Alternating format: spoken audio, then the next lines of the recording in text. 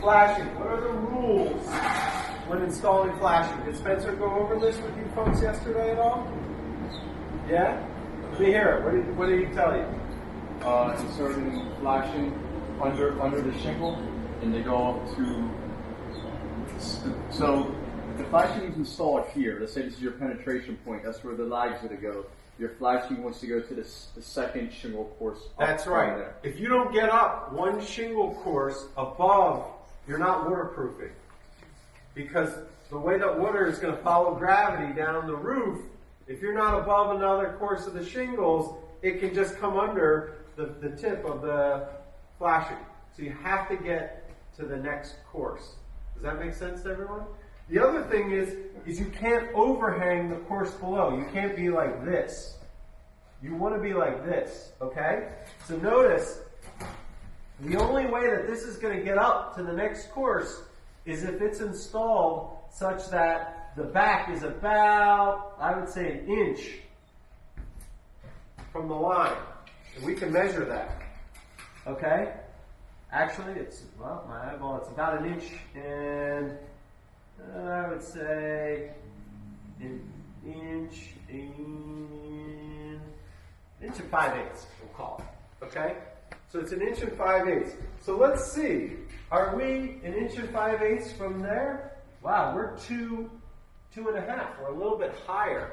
So that'll work, that'll probably work. So what we should do, again, we want to have our rail there, and our rail is going to attach to an L-foot here. Now the L-foot gives you the ability to adjust, because the L-foot can go uphill. I like to try to have it pointing uphill, if possible, but it can also go downhill, okay? And again, you got to look at the manufacturer's spec to see if there's any rules. So, we can install this flashing and then adjust. And again, this is why I like to be at the 12-inch mark, because this may get us a little bit higher or a little bit lower, depending on how we do this. And then there's the thickness of the rail. So you just want to not get too close to the 16-inch mark so that you can give yourself some play.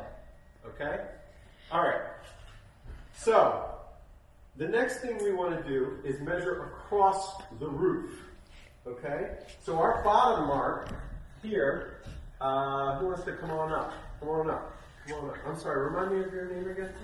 Danielle. Danielle, come on up. You gotta get ready. I'll take it so you Okay. can go. You're next.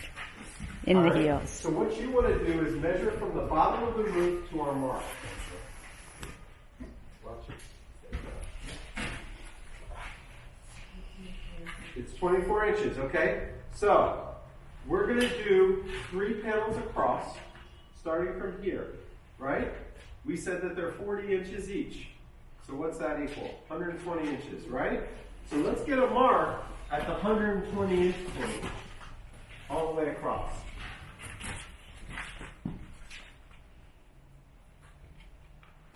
Do you have the crayon?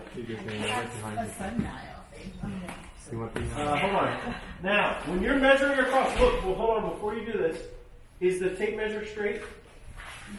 Right, you always teach your students to look down the roof, straight, okay? So, There you go. Okay, so that's going to be the other end. Now, measure up from the bottom of the roof again.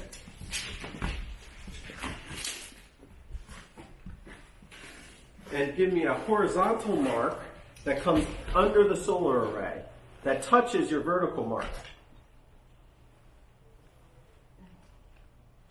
Right, you're at 24 inches, horizontal, and bring your vertical mark down to it.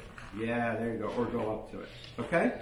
And again, this is our, you can make it a triangle, that's our Dorito, right, on that side.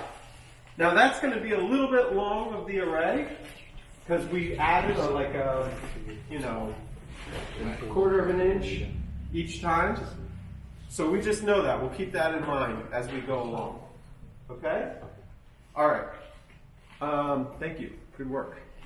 Now that we know that the array is going to fit,